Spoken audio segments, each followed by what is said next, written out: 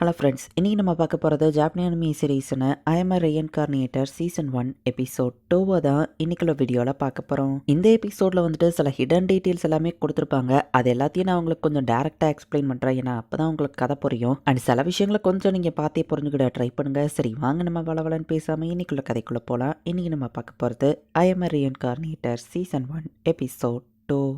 ஆச்சியல் நம்ம ஹீரோவை பார்த்துட்டு உங்க அப்பா வந்திருக்காரு பாரு அப்படின்னு சொல்லி அவ பொண்ணை கூப்பிடுறா. இவர் தான் உன்னோட உண்மையான அப்பா, ஒரு ஹீரோ அப்படின்னு சொல்லவா அந்த பொண்ணு ஓடி வந்து இவ்வளவு மாதிரியா வலிக்கு விழுறா. அப்பா அப்படின்னு சொல்லி அந்த பொண்ணு நம்ம ஹீரோவை பார்க்கவோ எலனுக்கு இங்க செம டென்ஷன் ஆகுது. எலன் கோவப்படாதமா, கேசல் தாங்காதுன்னு அவங்க அம்மாவளை சமாதானப்படுத்துறாங்க.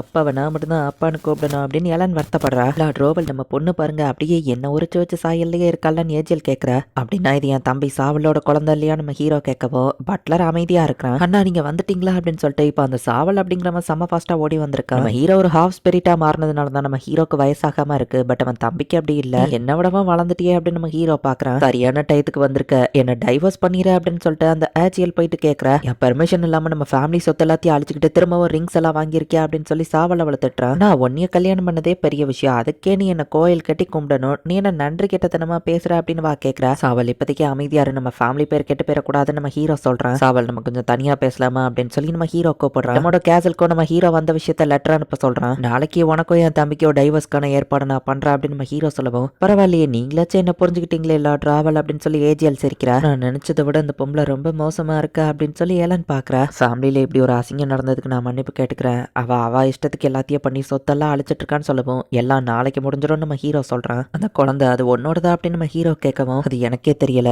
நான் அவளை சுத்தமா வெறுத்தேன். ஒரு நாள் தண்ணி எடுத்துட்டு வந்து படுத்தேன், கேட்டா அவ கூட நான் ஒன்னா இருந்தானு வா சொன்னா அப்படின்னு நம்ம பிரதர் சொல்லவும் அப்படின்னா கண்டிப்பா அவ உன்னோட குழந்தையா இருக்க வாய்ப்பு இல்லை, என்ன கல்யாணம் பண்ணதுக்கு அப்புறம் என் குழந்தைன்னு வா சொல்லிக்கலாம் ட்ரை பண்றா. நாளைக்கு கோர்ட்ல அது உன் குழந்தையான்னு கேட்டா நீ அமைதியா இருந்து கண்டிப்பா அது உன் குழந்தை இல்ல அப்படின்னு நம்ம ஹீரோ சொல்றான். சாவல் நான் திரும்பவும் மன்னிப்பு கேட்டுக்கிறேன், நான் வர ரொம்ப டைம் ஆயிடுச்சு, இந்த ஹவுஸை ப்ரொடெக்ட் பண்ணதுக்கு தேங்க்ஸ் அப்படின்னு நம்ம ஹீரோ சொல்லவும் கடந்த 10 வருஷமா நீ என்ன பண்ணிட்டு இருந்தேன்னு சாவல் கேட்கவும் நான் ஸ்பிரிட் வேர்ல்ட்ல இருந்தேன், எனக்கு கல்யாணம் ஆயிடுச்சு அப்படின்னு நம்ம ஹீரோ சொல்றான். ஸ்பிரிட் கோயின் ஆர்ஜின் தான் என்னோட ஒய்ஃப் அண்ட் எனக்கு குழந்தையும் இருக்கா, அவ அப்புறம் எலன்னு சொல்லிட்டு கல்யாணத்தை ரெஜிஸ்டர் பண்ணிட்டோம் நம்ம ஹீரோ சொல்றான். ஆக்சுவலி நானும் ஒரு பொண்ணை லவ் பண்றேன், பட் அவ நோபல் கிடையாது. சாவல் சொல்லவும் அந்த ஏஜ்ல நம்ம வீட்டை விட்டு நாளைக்கு போனதுக்கு அப்புறமா நீ உன் புது ஒய்ஃபை கூட்டிட்டு வந்துரு அப்படின்னு நம்ம ஹீரோ சொல்றான். அண்ணா நான் ஃபேமிலியை நடத்த தகுதி இல்லாதவன் அப்படின்னு சொல்லி அவன் வருத்தப்படவும் இங்க பாரு நான் ஒரு ஹாஃப் ஸ்பிரிட் ஆயிட்டேன், இந்த ஹியூமன் விஷயத்துல எல்லாம் நான் பெருசா தலையிட முடியாது, சோ நீ நம்ம குடும்பத்துக்கு தலைவனா இரு அப்படின்னு நம்ம ஹீரோ சொன்னா. ஹியூமன்ஸும் ஸ்பிரிட்ஸும் ஒன்னா தானே இருக்காங்க, ப்ளீஸ் திரும்பவும் என்ன விட்டு போயிடாதீங்க அப்படின்னு சொல்லி அவன் அழாத குறையா கேட்கறான். உங்க அப்பா நீங்க 2 பேரும் போனதுக்கு அப்புறமா மொத்த குடும்ப பாரமா அவர் மேலதான் வந்து விழுந்திருக்கு அப்படின்னு சொல்லி பட்லர் எக்ஸ்பிளைன் பண்றான். என்ன பண்றது நம்ம ஹீரோ யோசிச்சா நம்ம போய் அவருக்கு ஹெல்ப் பண்ணலாம் அப்படின்னு சொல்லி எலன்னு சொல்றா.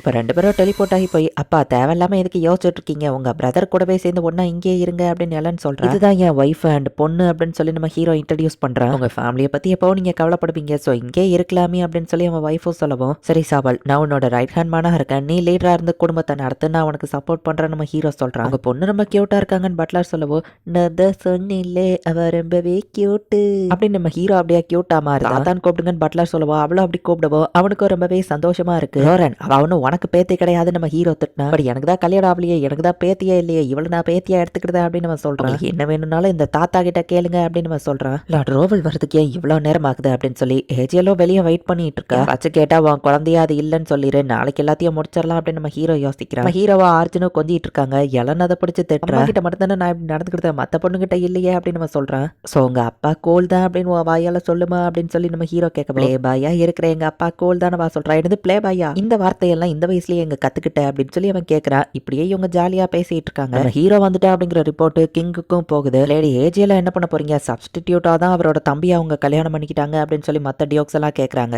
கிங்கோட பையன் ரவ்ஸ் எல்லாம் அந்த இடத்துக்கு வர அரசே நான் ஆல்ரெடியா உங்களுக்கு சஜஷன் கொடுத்தேன், உங்க சுத்தி இருக்கிறவங்க பேச்ச கேட்காதீங்க, அந்த ராவலை எதிர்க்காதீங்கன்னு அதே தான் சொல்றேன், அந்த ஹீரோ ராவலை கோவப்படுத்தாதீங்க அப்படின்னு சொல்லி அந்த பையன் சொல்றான். அப்ப என்ன பண்றதுன்னு கிங் கேட்கவும் ஒரே வழிதான் இருக்கு அப்படின்னு சொல்லி அந்த பையன் சொல்றான். அடுத்த நாள் நான் திரும்ப வந்துட்டேன் அப்படிங்கறத காமிக்கிறதுக்கு கிங் முன்னாடி போயிட்டு நம்ம ஹீரோ நிக்கிறான். நீ திரும்ப வந்துட்ட, உன்னை பார்த்ததுல சந்தோஷம், உனக்கு என்ன ரிவார்ட் வேணுமோ கேளு அப்படின்னு அவர் சொல்லவும் உங்களுக்கு ஆட்சேபனை இல்லைன்னா நான் 2 விஷயத்துக்கு ஆசைப்படுறேன் நம்ம ஹீரோ சொல்லவும் தாராளமா கேளுன்னு கிங் சொல்றான். இதுக்கு மேல ராயல் ஃபேமிலி என் ஃபேமிலி விஷயத்துல இன்டர்ஃபியர் ஆகக்கூடாது, என் பிரதருக்கும் டைவர்ஸ் வேணும் அப்படின்னு சொல்லி நம்ம ஹீரோ கேட்க அப்படின்னு அவர் சொல்ல வரவோ டைவர்ஸ் டைவர்ஸ் கேட்டது உங்க பொண்ணு தான் அப்படின்னு நம்ம ஹீரோ சொல்லவும் கிங் ஷாக் ஆகுறாரு. லேடி ஆஜிலே டைவர்ஸ் கேட்டிருக்காங்க அப்படின்னு ஒருத்தன் கேட்கவும் அவன் வேற ஒருத்தனை கல்யாணம் பண்ணணுமா நம்ம ஹீரோ சொல்றான். அரசருக்கு பதிலாக நான் பேசுறேன், உங்களோட 2 ரெக்வஸ்டையும் நாங்க ஏத்துக்கிறோம் அப்படின்னு சொல்லி இவனோட பையன் ஒத்துக்கிறான். இவனை பார்த்தா மோசமா தெரியுதே அப்படின்னு சொல்லி அவங்க அம்மா பேசிட்டு இருக்கும்போது இவனோட ஹார்ட் பிச் பிளாக்ல தெரியுது, இவனை சுத்தி ஒரு பிளாக் கலர் மிஸ்ட் இருக்கே அப்படின்னு சொல்லி எலன் சொல்றா. உன் ஃபேமிலியோட மிலிட்டரி ஸ்ட்ரென்த் நம்ம நேஷனுக்கு தேவை, அந்த நேஷனோட மக்களை காப்பாற்ற வரும்போது நீ எங்களுக்கு ஹெல்ப் பண்ணுவியான்னு கேட்கப்போ அது கண்டிப்பா பண்ணுவேன் நம்ம ஹீரோ சொல்றான். தாராளமா உன் டிமாண்ட்ஸை ஏத்துக்கிறோம் அப்படின்னு சொல்லி ரைவலும் சொல்லி அனுப்புறான். ஆல்ரெடி உன் கண்ணுக்கு அந்த பிளாக் மிஸ் தெரியுதான்னு அவங்க அம்மா கேக்குறாங்க. கிங் மேலேயோ ஏஜிஎல் மேலேயோ தெரியல, இவர் மேல மட்டும் ஏன் பிளாக் மிஸ் தெரியுதுன்னு எலன் கேட்கவும் ரொம்ப வருஷத்துக்கு முன்னாடி கிங்கா இருந்த ஒருத்தர் ஸ்பிரிட் பவரை தான் அதிகமா நம்பி இருந்தாரு. ராயல் ஃபேமிலி ஸ்பிரிட்ஸை கோவப்படுத்திட்டாங்க,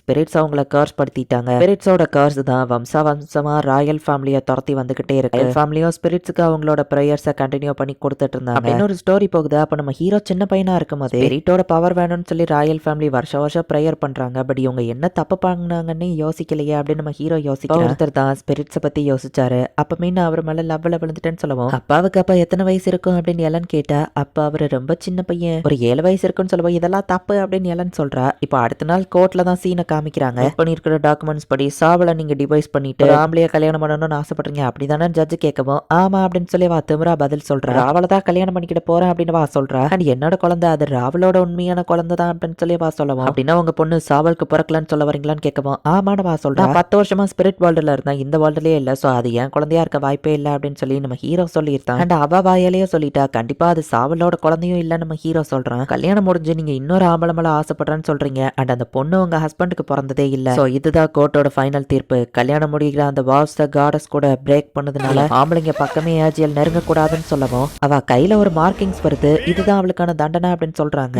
ராவல் எனக்கு ஹெல்ப் பண்ணுங்கன்னு நம்ம ஹீரோ கிட்ட வந்தா ஒரு பேரியர் அவளை தடுக்குது. இப்பதானே சொன்னாங்க மறந்துட்டியா, இனி உன்னால எந்த ஆம்பளை பக்கமும் நெருங்க முடியாது, அதுதான் உன் தண்டனை நம்ம ஹீரோ சொல்றான். ஹெல்ப் பண்ணுங்கன்னு வா கிங்க பார்க்கவும் முட்டாள்தனத்துக்கு இதுதான் தண்டனை அனுப்பவே அப்படின்னு கிங்கோ சொல்லியிருந்தான். இல்ல லார்ட் ராவல் அப்படின்னு சொல்லி அவ அழுதுட்டு இருக்கா.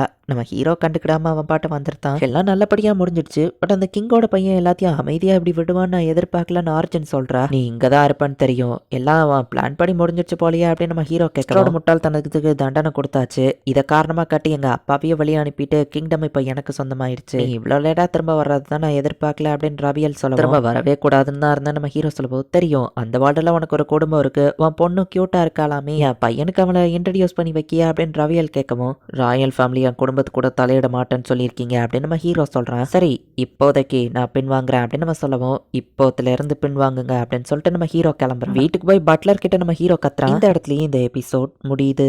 ஏன்னா நம்ம ஹீரோக்கு பொண்ணு இருக்கா அப்படிங்கிற விஷயம் எப்படி அந்த ராஜாவோட பையனுக்கு தெரிஞ்சது, ரவியலோட பையனுக்கு இன்ட்ரடியூஸ் பண்ணு அப்படிங்கிறதுக்கு அர்த்தம் இல்ல, அவளோட பையனுக்கு கல்யாணம் பண்ணி கொடுக்க சொல்லி அவன் கேட்கறான். ராயல் ஃபேமிலியவே வெறுக்கிறான். என்ன நடக்க போது நெக்ஸ்ட் எபிசோட் பார்த்து தெரிஞ்சுக்கோங்க. தேங்க்யூ ஃபார் வாட்சிங். பை கைஸ், நெக்ஸ்ட் எபிசோட்ல மீட் பண்ணலாம்.